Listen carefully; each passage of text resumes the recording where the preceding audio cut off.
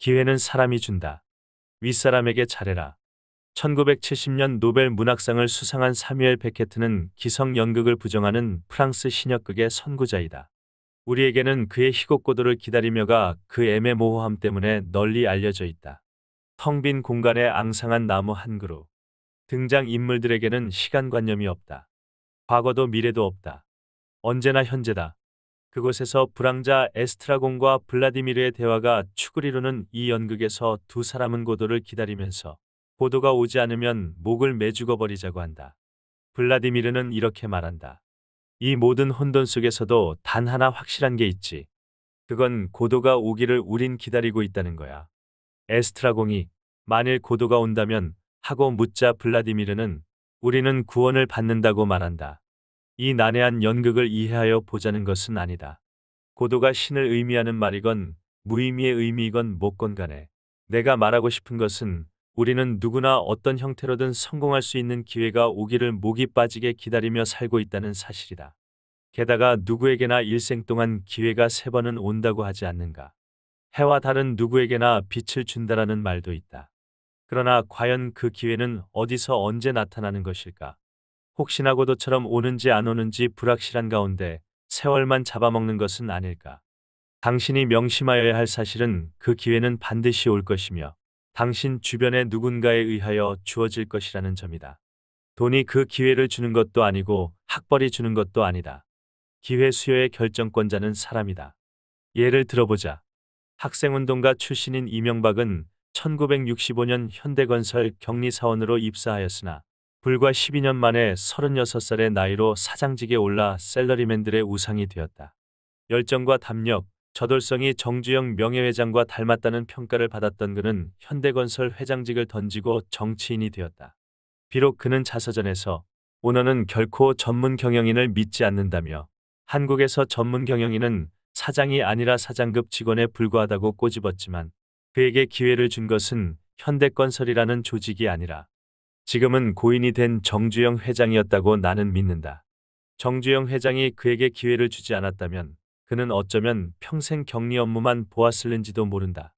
물론 이명박은 기회를 붙잡을 준비가 되어 있었던 사람들이다.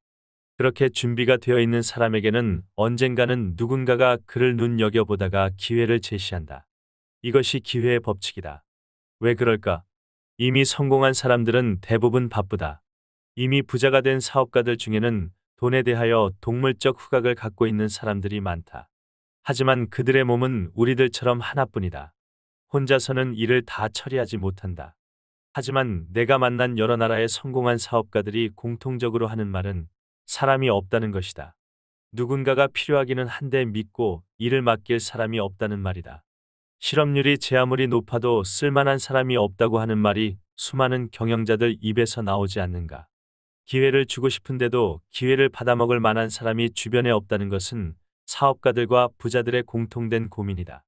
당신이 부자가 될 수 있는 기회는 언제나 그런 사람들에 의하여 주어지며 그들은 대개 당신보다 한 세대 앞에서 기득권을 이미 획득한 사람들이다. 그 사실을 잊지 말라. 빌 게이츠가 오늘의 성공을 갖게 된 것도 마이크로소프트의 초창기에 IBM의 어느 이사가 기회를 주었기 때문이다. 당시 IBM에서는 PC에서 사용할 소프트웨어를 찾고 있었고 이미 다른 유명한 소프트웨어 회사와 접촉한 바 있었다. 그러나 거대한 IBM 의 이사가 방문하였음에도 소프트웨어 회사 사장은 건방지게도 얼굴조차 보이지 않았다. 이에 분노한 IBM의 이사는 이름도 없는 마이크로소프트를 찾아갔고 그곳에서 정장 차림으로 예의를 갖추고 기다리던 빌 게이츠를 만났던 것이다. 미국에서 가장 크고 성공적인 벤처 캐피탈 회사로 햄브리크 퀴스트라는 곳이 있다. 이 회사에는 하루에도 수십 통씩 벤처 기업가들로부터 돈을 투자하여 달라는 애절한 투자 요청서가 들어온다. 하지만 그 요청서들은 대부분 쓰레기통으로 들어간다. 그렇다면 투자 심의를 할 때 이 회사에서 가장 중요하게 보는 것은 무엇일까? 기술이나 연구비 비중, 혹은 시장 점유율일까? 아니다. 창업자 자신의 소질과 자질이다. 그것이 핵심이다. 그러나 그러한 내용은 투자 요청서나 사업 계획서에는 나타나지 않는다. 때문에 그들은 우선은 믿을 만한 인맥을 통해 소개를 받은 기업가들을 우선 면접한다. 한때 주식시가 총액이 마이크로소프트사를 능가에 관심을 모았던 인터넷 접속 장비업체 시스코 시스템스 역시 직원 중 60%가량을 내부 핵심 인력의 추천에 의해 채용한다. 이러한 여러 사례에서도 나타나듯이 당신을 기회의 신에게 소개하고 추천하는 것은 이미 이 사회에서 능력이 검증되어 돈과 지위를 획득하는데 성공한 사람들이다. 당신이 제 아무리 능력이 있다 하더라도 그런 사람들의 호감을 사지 못하거나 그들의 생각이나 사고방식에서 벗어나 있다면 당신에게 기회가 주어질 가능성은 그만큼 낮아진다. 따라서 당신에게 능력이 있다면 이제는 옷차림이나 언행에 있어 주의해야 한다. 당신의 옷차림과 헤어스타일을 과연 당신보다 10년 이상 더 나이가 많은 사람들이 좋아할까를 생각해보라. 친구들에게 쓰는 말투를 그대로 나이 든 사람들에게 사용하게 되면 당신은 예의도 모르는 건방진 놈으로 인식되게 될 뿐이다. 이것은 외국인들에게도 마찬가지이다. 내가 다국적 기업에서 일을 했었을 때의 일이다. 미국에서 남미인들이 많이 거주하는 곳에서 유학 생활을 한 일본인 직원이 도쿄에 있었다. 남미인들의 영어는 일반적으로 거칠고 공손하지 않으며 길거리 소년들 같은 느낌을 주는데 그 역시 비슷하였다. 나는 그가 나를 포함한 그 어느 외국인 상사들에게도 경칭이나 공손한 표현을 쓰는 것을 한 번도 듣지 못했다. 약 1년 후 그는 홋카이도 지사로 좌천되었다. 수많은 사람들은 성공을 원하면서도 자신의 말투나 옷차림에 대하여 인식조차 하지 못한다. 이러한 태도는 특히 젊은이들에게 아주 극심하게 나타난다. 그들은 모든 세상 사람들을 자기 친구로 여기는 것 같다. 그래서 모르는 사람에게 이메일을 보내도 언어 사용이 친구들에게 보내는 식이다.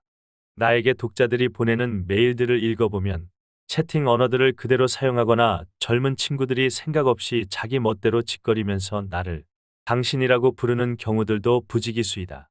독자가 보낸 첫 번째 메일을 읽자마자 내 마음이 움직여 독자가 알려준 번호로 전화를 하고 상세하게 내 의견을 말해준 경우는 오직 딱 한 번, 롯데그룹의 어느 직원뿐이었다. 그가 어떻게 보냈는지는 밝히지 않겠다. 그의 흉내를 낸 메일들이 들어올는지 모르기 때문이다. 행동은 또 어떠한가? 인사조차 제대로 못하는 사람들이 부지기수이며 윗사람들에 대한 배려는커녕 윗사람을 자기와 동급으로 여기는 행동들이 그대로 표출된다. 명심해라. 윗사람들에게 호감을 얻기는커녕 예의도 모르고 건방을 떠는 사람으로 일단 비치게 되면 기회는 절대로 주어지지 않는다는 것을. 그런데도 사람들은 연장자들에게 호감을 사는 사람이 되기보다는 자기 친구들에게 인기 있는 사람이 되려고 한다. 하지만 당신이 성공할 수 있는 기회는 당신의 친구들이 주는 것이 절대 아니다. 천만의 말씀이다. 나는 친구들의 조언을 듣지 않았다.